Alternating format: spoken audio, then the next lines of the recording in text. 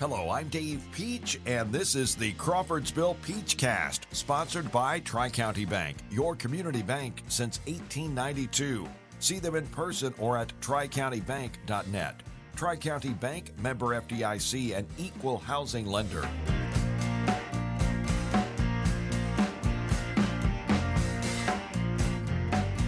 Crawfordsville Peachcast, Untoasted edition with Dave Meyer. We are presented by Tri-County Bank, your community bank since 1892. And we're also sponsored by Central Indiana Rubber Products. I'll start pronouncing words correctly right after this. But Dave, before we get to the proceedings, what do we normally say at this time? Hello, Todd. Hi, Todd. I refuse to edit another bit. I mean, how many... we're just going to go with it. You know, you just move Rock and roll. We're here. It's a podcast. It's a podcast. Dave, I will say, I'm going to ask you a question because, a lot of time, this is cheaper than therapy. It is. I don't get a chance for somebody to listen and advise on where I should go, what I should do in my life. And so this is one of those opportunities, joining with Dave. Now, Dave, I do want to say, I want to ask, am I losing it?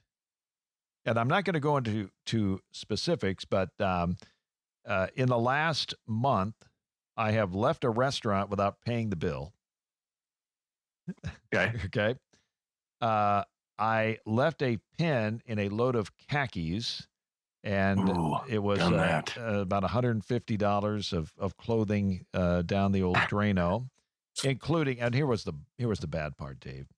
I go to every TJ Maxx in a 8-state area, and I go to the men's section, TJ Maxx, pick out a few items, and I finally said, you know what? I'm kind of tired of the golf shorts and so I bought a pair of what I would call almost loungewear shorts, but they actually were, you could wear out in public, and they were the perfect driving shorts because, you're going to, you drive through Mishawaka, you're going to the Casey's in Mishawaka, you got your loungewear / shorts that you wear. Who cares? You're not going to see anybody. So you walk in, you get a Monster drink or a pack of Cheetos or something. You walk out the door. They were ruined in the khaki deal. And even though I only wear them at convenience stores in Mishawaka, I can't handle the ink stains on there. I can't, even though I'll never see these people in Mishawaka probably again, I just don't want them to say, man, I remember this poor old guy came in with ink stained shorts, buying some Cheetos and a Monster drink, and I'll never forget seeing him. Dave, I can relate. First of all, I've done the pin before. I've ruined pants. I've ruined more than one pair of pants in my life in that exact way. But the last time it was one of the underwear shirts that I like got ink on it. Now, and I really tried to get it out, and it's there. It's not coming out with anything. Don't even bother going on the internet. Yeah. Don't buy rubbing alcohol. No. If it's been dried, it's over. Yeah. Ball game. You're done. Yeah. Throw them out or put them in a pile and you'll never wear them again. But I would suggest just throwing them out. Yeah. Yeah. I don't, kind of like in The Godfather, I don't want to see him again. I want him out. But then also the other night, my wife did a fantastic job cooking, pork chops. Ooh, and good. It was one of those 2-night meals. Mm-hmm. Okay. The best. Yeah. And there was dressing and pork chops and all that. And so I am in charge of cleanup. I do dishes. I do laundry, as you probably can surmise by the fact that I had the pen in the laundry. That was me. And so the dressing was a little hot. Okay. Gotcha. And I don't know, is it bad to put hot stuff in a refrigerator? I mean, does that hurt a refrigerator? Does that make it work harder? Does that cut down on the length of use on a refrigerator if you put hot stuff in there? I don't think so. I think your fridge can handle it. Well, anyway, I'm worried about it. So I thought, you know what? I'm just going to wrap these pork chops and dressing up, and I'll put them in the refrigerator later. And my wife was really excited about, having them the second night and all that. And it probably doesn't take a child of 3 to figure out what happened. Yeah. At 6 the next morning, I look, and there are the pork chops and dressing on the counter. So they've been out there all night. And you're thinking, oh, it's cooked pork. It'll be fine. It'll be fine. It'll be fine. And so I put them back in the refrigerator, thinking I would have, first good move. I don't have that. I didn't want to be sick this weekend because I got 2 football games, but I'm thinking, okay, maybe they're still good. And Matthew, my son, said, they still might be okay. And then I told Annette, and she wasn't the happiest person in the world when I told her. And she immediately sent me a internet thing that said you should not have pork out more than 2 hours. Gotcha. I was thinking pork's a little different animal in that regard. Yeah, I remember the old DJ days when we had the pizza deal, and they would have an office party, and they'd take the pizza out on Tuesday, and they'd leave it out, and there were DJs that would eat it on Wednesday at noon, a full 24 hours out. Now, this was pepperoni pizza, and they seemed to be okay. Yeah. No, I, in my youth, more than once, like next day I didn't eat all the tacos from the night before. There's one more in the bag. It's only been in the car all day. Ooh. Yeah, I've eaten those before, but there's so much meat substitute, Dave, that it just didn't do me any bad. Well, needless to say, Annette made more pork chops the next day. It's one of those things that's sweet. to. But am I losing it? Didn't pay at a restaurant, left the pork chops out, and left a pin in the laundry. Should I be concerned? No, you're not losing it. You're just you got lots of stuff in your head, and you're trying to do lots of stuff. And as a result, unless you are really, really deliberate, occasionally stuff gets not done or left behind. Man, I am like, I can't tell you, like, sometimes I will leave, not have my phone, and be happy about it, depending on where I'm going, or I will need my phone and I will have left without it. So I've left without the wallet, the phone, left without locking doors. Dave. You got to be alert at all times. But so I'm gonna just say that I just not have to be careful. I'm not gonna say that I'll always check those pants pockets before just throwing them, because you just want to throw them in. You do, but it's a good practice. In the washer. It's a good practice. It is a good practice. So again, if you listen to the last episode, beware of that little oxygen absorber in your beef jerky.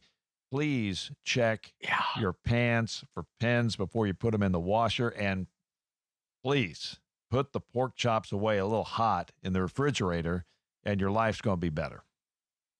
Amen, Dr. Peach. Okay, our movie is Beyond Poseidon Adventure. This was a good one. I mean, it was entertaining. Sally Field, Michael Caine. Yes, it was Beyond. Yeah, great cast. Carl Malden, right? Carl Malden, looking. I don't think he was as old as he was kind of playing. Did he do the "Don't Leave Home Without It," or was that somebody else? Yes, yeah, Carl, American Express, right? He wore the hat when he was on. He was the aging detective on the streets of San Francisco with a young Michael Douglas. 1979, Beyond Poseidon Adventure. We'll break it down on Untoasted on the Crawfordsville Peachcast after this. Are you looking for great prices? Do you have a smartphone? Of course you do. This is Bria French. With Tri-County Bank's Merchant Discount Network, you can get discounts on food, entertainment, tools, and so much more. All you need is a smartphone and your TCB Smart Rewards checking account. Cost savings are only a click away. Terms and conditions may apply. Tri-County Bank, member FDIC, and equal housing lender.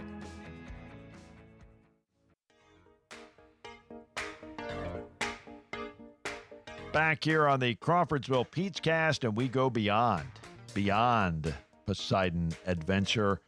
Irwin Allen, he just the master of disaster movies, Dave. He just kept churning them out, man. This movie was, as we mentioned, 1979. We'll talk about some positives of this movie. You get to see Michael Caine for 2 hours in almost every scene. Yeah. Sally Field is in it. Telly Savalas, baby. Carl Malden and young Mark Harmon. And he was a quarterback at UCLA. You knew that. I did know that, but he was, this was, I looked up, I think he played at Notre Dame, maybe not UCLA, but graduated, I think, mid-70s. So he had, I think he was in like an early Dragnet, maybe even. Mark Harmon played at UCLA at quarterback in 72 and 73. I think he transferred to UCLA. He ran into John McKay's USC team and Pat Hayden. And back in those days, in 72 and 73, 8-3 and 9-2, not bowl eligible. You're going home. That? Going home. You're going home. Couldn't beat USC, and you are home for the holidays. Yeah. No conference championship games, no Liberty Bowl to go to kind of thing. Yeah, no, good cast. Peter Boyle with lots of hair. He was a dad, and we find out, Poseidon Adventure, the original, was with Ernie Borgnine, Gene Hackman. It was Shelley Winter. Shirley, yeah. She won an Academy Award. Shelley Winters won an Academy Award, yes. There were other people in it as well. I'm sure I can't think of them off the top of my head. But one question I do want to throw out there before we start into the movie is, Irwin Allen at one point had Maureen McGovern on speed dial to do a theme. And the morning after from Poseidon Adventure, and then there's like We Will Never Love Like This Way on the Towering Inferno. Yeah. What happened to Maureen McGovern's lilting? Right. It was quiet at the end, Dave. Just ocean. It was not a very satisfying conclusion. Well, no, what I'm saying is where she gave us why there it could have been, there's got to be an afternoon after in this one or something. I mean, where did Maureen McGovern go as far as Irwin Allen and Disaster Films? There should have been, and Six Sailed On, the song could have been, or whatever would, not many people had money on a blind Jack Warden, right? I mean, to make it out. Heaven can wait, Jack. Heaven can wait. You're not going anywhere in this movie. You're going to make it all the way to the end. Yeah. Veronica Hamill, who was on the early, even younger than the movie that we did When Time Ran Out. Right. Irwin Allen bought stock in Veronica Hamill early, and it of course paid off because he was a fan. She was very good. He was a big fan, and she had a little plot twist part of this too. So, yeah, good cast, Dave. You left out Slim Pickens. Oh, Slim, with a great plot turn at the very end for him as well, and Shirley Jones. Shirley Jones as the nurse, and I looked up today. She's in her 80s, doing well, still getting it. And one thing we do learn early on in the movie is that there are more survivors on that boat than the ones that were let out by Gene Hackman. Who would have thought, Dave? And usually in these movies, go ahead, David. No, I wouldn't have, because the way it ended. But, they have the guy who wrote the original write the Beyond movie. And here we go. We're going back on the boat that's upside down, Dave. Now, the movie, and you can kind of give us the plot here. I will say that the movie featured a lot of jumping over holes or gaps in the ship. There were many explosions on the ship. There was a lot of swimming.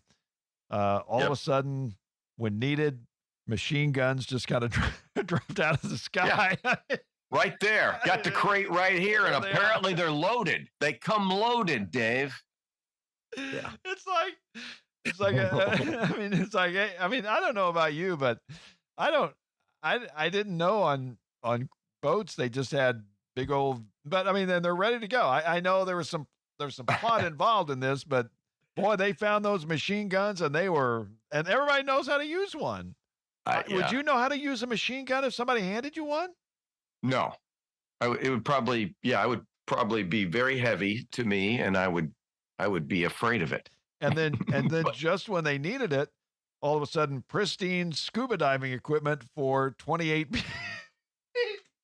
For almost enough people. For everybody but Carl Malden, Dave. My goodness. They had enough. Yeah. They had enough. I mean, there's so many things. First of all, like Michael Caine starts this movie. He's mad, Dave. He's mad the whole movie. Right? Just bad attitude, angry Michael Caine. If you love an angry Michael Caine, this is a movie for you. Right? He apparently he was very well versed in salvage. And I saw some comments on the YouTube. They're going, if there's survivors on the boat, you can't have salvage, but you have to have a movie. So apparently they were able to, and on this boat, again, to kind of move the plot along, apparently there you had to have diamonds and gold. And I didn't know that was necessarily on every ship out there, but I guess they were making a trip, and by golly, you got to have all sorts of diamonds and gold in there.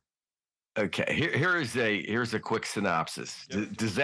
Disaster movie sequel following two groups of adventurers, I'm not sure I'd use that term, as they race to salvage a doomed ship's treasure hours after it has been crippled by a tidal wave. When the gold diggers enter the overturned liner through a hole cut by the Coast Guard, however, they discover more survivors still trapped on board and struggle to carry out their plans before the ocean finally claims the wrecked vessel. So it kind of says, but I mean, let's talk about, because of the two groups, we've talked about one group kind of, which is the Captain Mike group, which is Michael Caine, which I don't even know if he is Captain Mike. So they made that easy. So it's Michael Caine, Carl Malden, and Sally Field as the cute stowaway person who it seemed was a buddy of Carl Malden's and ends up possibly leaving wherever this movie goes with Michael Caine. But so they're the one group. The other group. How did she get on the boat to begin with? Something about he had met her in port, and so she came with him or something. Okay. And then she tried to make coffee, and that didn't go well. And again, Michael Caine was not pleased with any of this. But let's just talk about the nice white ship, the Greek salvage team. Okay, Telly Savalas is dressed like Tom Wolfe in a white suit, hanging out on deck as they pull up, and he immediately, the voice, we're here with the medical transport from the whatever, and then he's got these guys who are clearly bad guys. They don't even talk.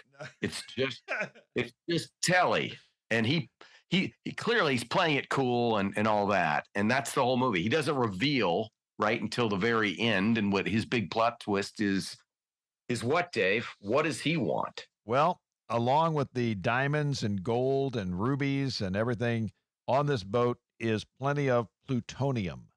How about that? You just, this is not a military ship. This was like the ocean liner, Princess, it could, the Love Boat. I think Gopher and Doc were in charge of making sure that nobody got into the plutonium. Nobody, guys. Yeah, that's a below deck. Of course, deal. We've got plutonium on the ship. I mean, what ship doesn't have plenty of plutonium? And apparently, it's okay to kind of blow it up. I would think there'd be more consequences. I was expecting a bigger plutonium explosion at some point, but it was just kind of a little whimper. No, and I didn't figure they were that far away when that entire ship, which was very blue, and blew very spectacularly. But this movie is like a series of, they get in, they got to jump over something, some more little explosions, a little shakeage, and then, we can't go back that way. We got to go this way. So then they go this way and they discover people, right? So first it's Veronica Hamill, right? I guess, who, plot twist, she's been planted there somehow earlier by Telly Savalas to find the plans to tell Telly where the plutonium is. What did he need the plutonium for? I don't know, but at some point, Dave, I want to say after being shot, she killed a guy with an axe. Now, that was not on screen. No. But she was given full credit on screen by one of the guys who didn't have many lines. And along the way, Michael Caine kind of invents some maritime rules saying, I need them for my salvage rights. Yeah. So he couldn't leave the blind guy and his wife because he needed them for his salvage rights.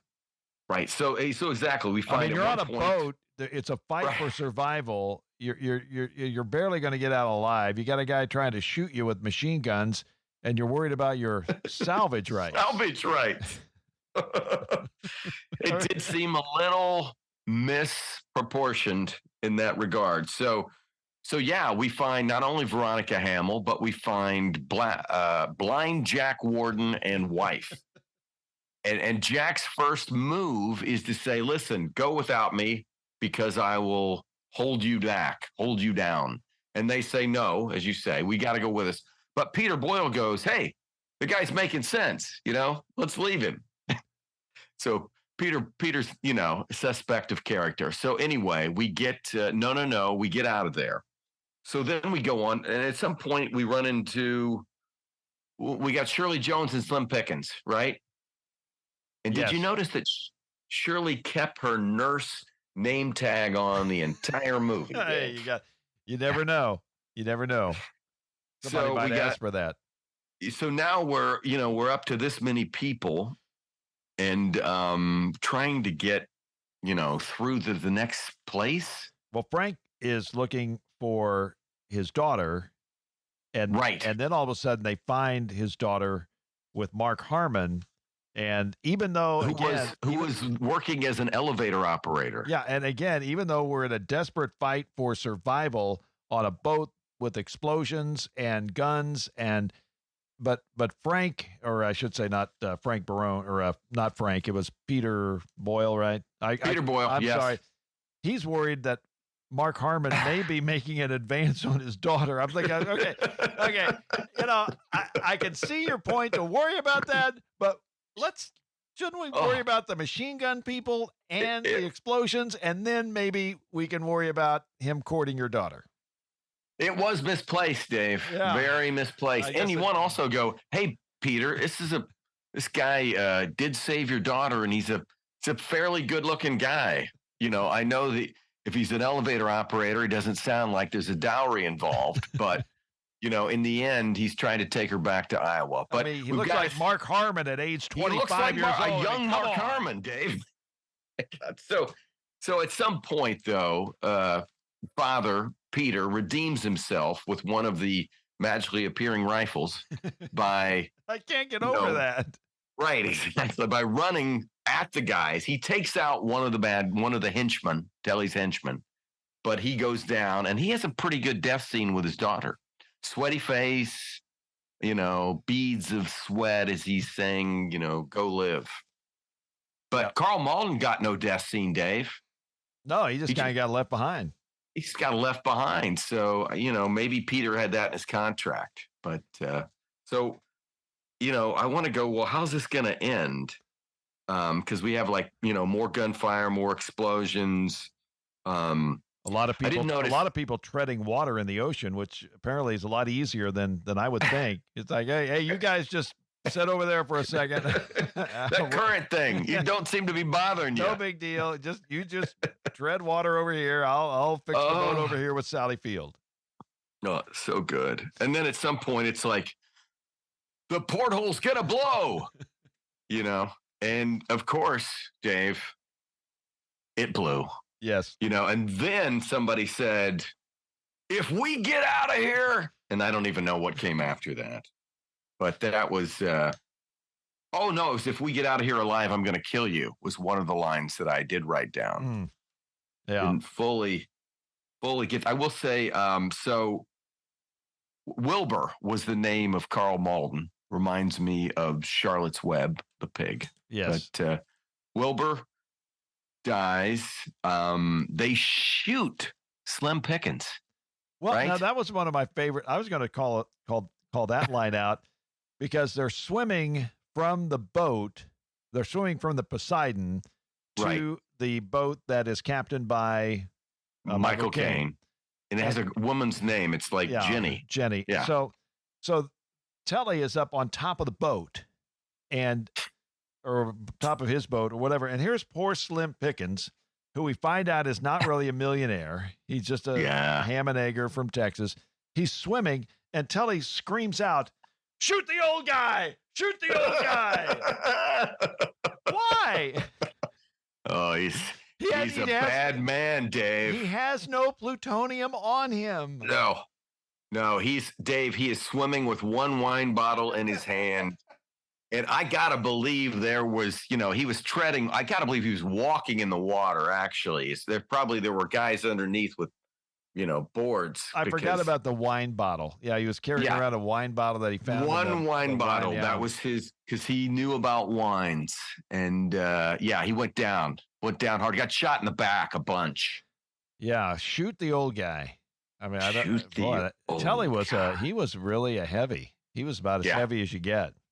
He was dastardly up front and then very cold. And at one point, one of the bad guys goes, "So-and-so still alive." He goes, "I know, and we're leaving him."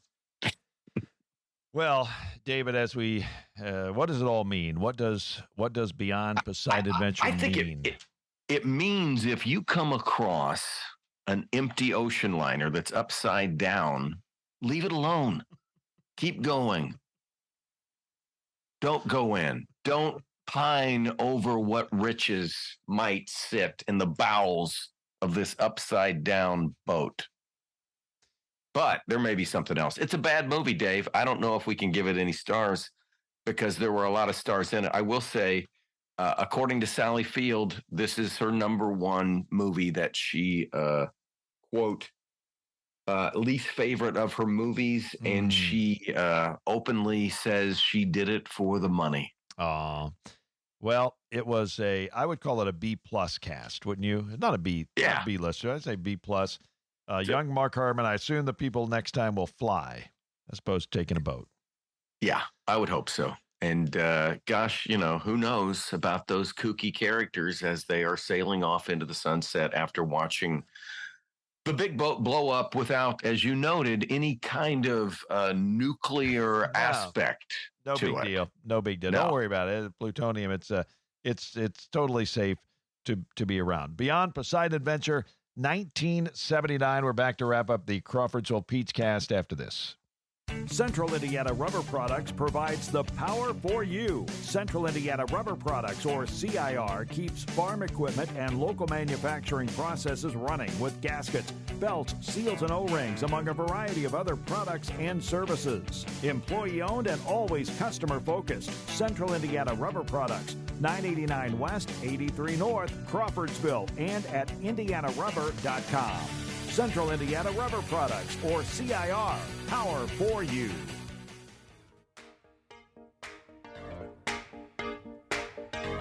Wrapping up the Crawfordsville Peach Cast with Dave Meyer. I'm Dave Peach. We are presented by Tri-County Bank, your community bank since 1892. And recently, here in Crawfordsville, a big event, Ivy Tech cut a ribbon on the Industrial Career Academy. It's a partnership with the city and the schools and industry here in Montgomery County, and it was a big event held a few Fridays ago. Cool. And you were there, Dave. How was it? Tell me about it. I was there, and I covered the event, and afterwards we had some cake and punch, and I was in kind of the common area where they have vending machines, and of course I look up at the vending machine, and in my down goes Frazier voice, "They've got Grippos!" Oh! They've got Grippos! People were looking at me, and they've got Grippos! Okay? It's not a I'm trying to point at the Grippos. They've got Grippos in that vending machine. It's a special vending machine. I could drive here anytime and get Grippos. I don't have to drive to the Get and Go in Indy anymore or wherever. But that's amazing. You want to go, like, who's the purchasing person here that changed that? I mean, it's fantastic. Along with all the other stuff you would imagine to be in a vending machine, they've got Grippos. And that is the only spot in Crawfordsville where you can go get Grippos. Maybe I shouldn't say that on a podcast that's heard by tens and tens of people. Well, maybe we can get Grippos as a sponsor. Oh my! And they could. It could be a trade out deal, possibly, Dave. I'll ask you a question though, Dave, real quick before we move on. Now, Grippos are one of those things that I find when I go to like Kentucky or Cincinnati or something like that, and in Indy at some of the places in Indy, you'll see them.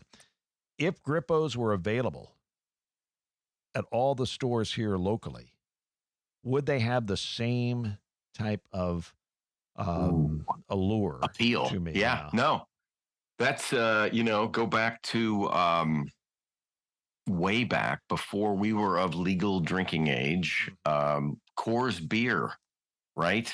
You could not get it east of a certain, because it had to be delivered cold or I forget what it was, but people like it created more of an interest and attraction than I think actually was warranted.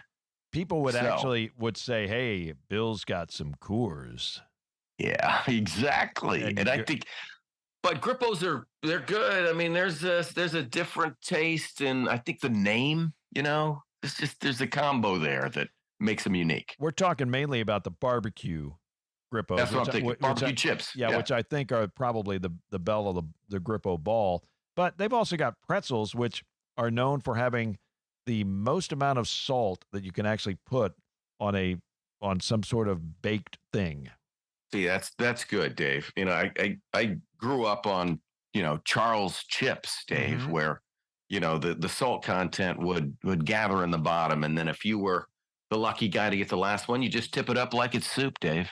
These are teardrop shaped pretzels coated with salt. Coated with salt. And that's about as far as I go on the Grippo chain. As far as kind of the spotting chart, I should say. They've got some like a Hawaiian Maui or some sort of flavor and some cheese, and they got some pork rinds and things like that. And then I was in Owensboro or near Owensboro. Thank you, Interstate 69. I really appreciate it on our trip to Owensboro. But I bought some Grippo beef jerky. Ooh, and, you got to watch that oxygen absorber down at the bottom of the bag, right? Again. So I go to the old convenience store checkout stand, and that Grippo beef jerky was $10. Ooh, and it wasn't like a jumbo pack. It was just a regular old pack of beef jerky, $10. Wow. So that's become a hipster item. It must be the Grippo's jerky. It was okay. I'll stick with the barbecue, and I will be seen probably sneaking into Ivy Tech here locally and ponying up $1.50 or $1.75. What is a bag of chips in a vending machine these days? I do not really go to vending machines that much. I don't. That's true. I have in the past year, if I've hit a vending machine, it may have been in an airport, but I would say it could be a couple bucks. And you probably don't need change, right? You could probably just put your card in there. Yep, that's the way they work. Even at $2, so they probably figure in your credit card fee into the cost of the chips. Yeah, I'm sure that makes sense. I think we're going to follow up on this one. Okay, we need some Price is Right information. And I'm sure that at such an official ceremony that I covered with all the people that were there, I'm sure they appreciate that. My takeaway from it was the fact that they have Grippos in their vending machine there in the common area. They're printing the T-shirts now that they know that this is going to go. We talked about the important stuff on the air on segment 3 of the podcast. I mean, really, other than a couple of guys named Todd, who is with us right now? I don't know. Possibly. Does your family listen, Dave? No. Okay, well then, my son doesn't listen. My wife doesn't listen. Yeah, that would take us down. What I'm thinking about is I can put it this late in segment 3. If you've never listened to the Crawfordsville Peachcast, then I'll give you a free T-shirt. How about that? Come on, right now. How do they get it, Dave? One for they just don't listen to the podcast. Okay. Wow. See, I've thought this thing through. I don't think there's any way. I don't think there's any way that anybody could request a free T-shirt because they'd have to listen. So I thought it'd be a humor. Did it land? If you've never listened to the Crawfordsville Peachcast, we'll send you a free T-shirt. It's time. It's time. No, it's fun for us, and as I always say, it's cheaper than therapy. We love the cheap therapy, and we love watching these movies because they are interesting, if not outstanding. They're always at least some form of entertaining when we're done with them. And one more thing, I'm going to try to. I know I'm going to the well one more time, but you remember the show Mary Tyler Moore? I loved it, Dave. Could name all the characters. Do you remember Mary Tyler Moore driving at the beginning of the show? I do. The song she had at one point, she's wearing a Vikings jersey. Yeah. Yeah, before she tosses the hat. But specifically her driving. I do remember her in the car. The 10,000-mile stare. Ooh. You know, that reflective stare? Yes, yes. I thought that was the way that you should drive. Like staring like you're like staring at your future or something. Yeah. I thought that's the way you should drive. So I've been driving like that ever since, and I just thought of that. That's where I got that from. That's where you got it. Someday you're probably going to run into somebody, though. Well, no, people. Well, hopefully not. But people. Okay. They will tell me from time to time, I was right next to you, and you didn't wave. Because you got that stare on. You're somewhere lost in space. Stare, yeah. You're thinking of Mary.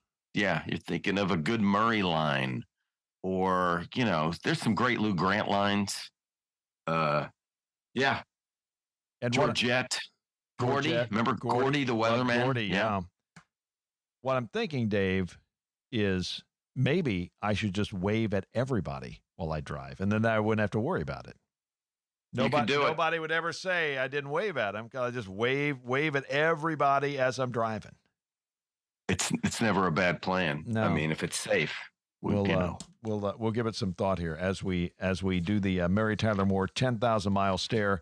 We are way in the weeds here, Dave. Gotcha. Thank you. I appreciate it. Send me an invoice. Oh, as always, Dave, it's my pleasure, and I look forward to some more Untoasted when it's time. Next up, one-on-one with Robbie Benson, and we'll also do the Great Buck Howard, the movie that was loosely based on the amazing Kreskin. And who knows, maybe we'll have Kreskin on again. Dave, always fun to talk to you on the Crawfordsville Peachcast. All right, Dave. Hello. I'm going to try again. Hello, Todd. The Crawfordsville Peachcast presented by Tri-County Bank, your community bank since 1892, and Central Indiana Rubber Products. So long for now.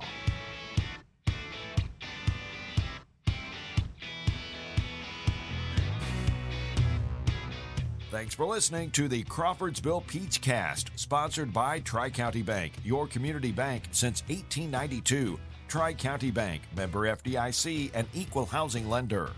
I'm Dave Peach. Join us every Thursday for a new episode on Apple or Spotify. Please like, subscribe, and download the Crawfordsville Peachcast. This podcast was produced and edited by Up There Media and is a presentation of Fork Broadcasting Digital.